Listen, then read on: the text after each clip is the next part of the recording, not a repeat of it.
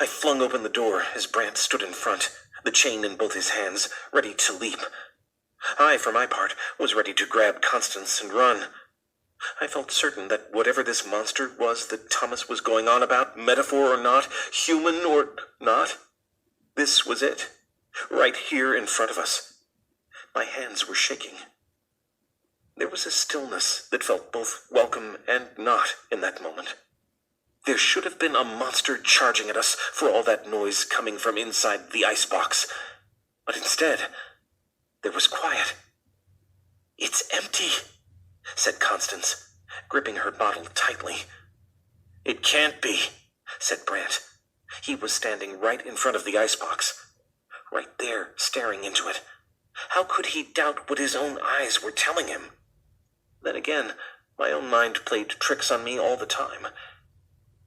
I joined him at his side and looked into the box. It was, indeed, empty. Not even a black void like inside the machine. Just the back of an icebox, rusted like it's outside. The world around us seemed to get darker, murkier, like we were being drawn into the thing. I shook my head, trying to make the world brighten. It was my mind playing tricks on me again. I hated I had so little control over it.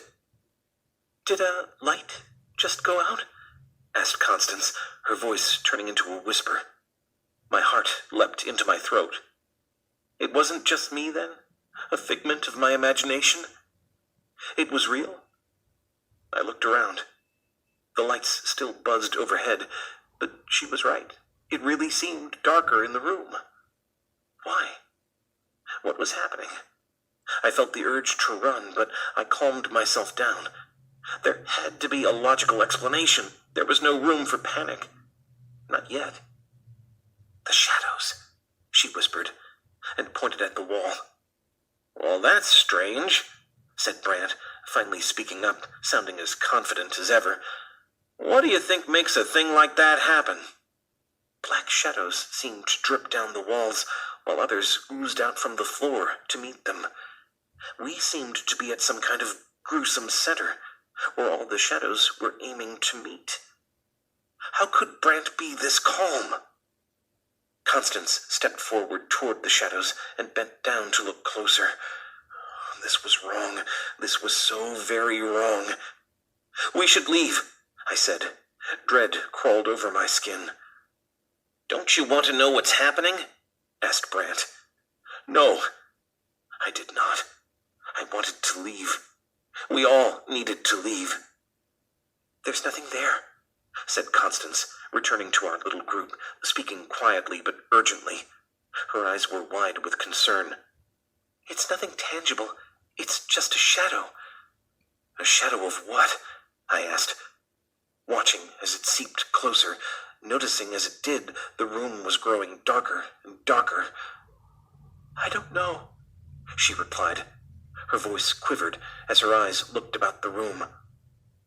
We stood there, frozen to the spot, not by any outside force, but by the weight of our own fears and confusion. At least I did. The room got darker and darker. And darker. It seeped around us. At any moment it would seep into us. I felt drawn to it even as I was repelled by it. We needed to move. We needed to move now. We stayed still. "You know what?" said Brant, suddenly a lot closer to me than he was a moment ago, his voice finely tinged with concern. "You're right. We should leave." That's when the lights went out. There was no fuse box to find this time. There was no reasonable solution to the darkness, no wires to connect. It was a kind of darkness you only see when you close your eyes. A piercing scream. "Constance." Then I was whipped onto the floor. My body slammed into the cold stone, hard, but the searing pain I felt was something else. Something had grabbed my foot and was dragging me. Something sharp was digging into my ankle. I wanted to scream from the pain, but my fight-or-flight response took hold and adrenaline filled my body. I turned around onto my back and kicked with my free foot. I kicked straight down at whatever it was. My foot connected with something solid. There was something there. Something real. Something that wasn't just in my head. I yelled loudly as I kicked again with all my strength. There was an otherworldly, piercing scream that sounded like a roar. I kicked at it again and again, heart beating furiously.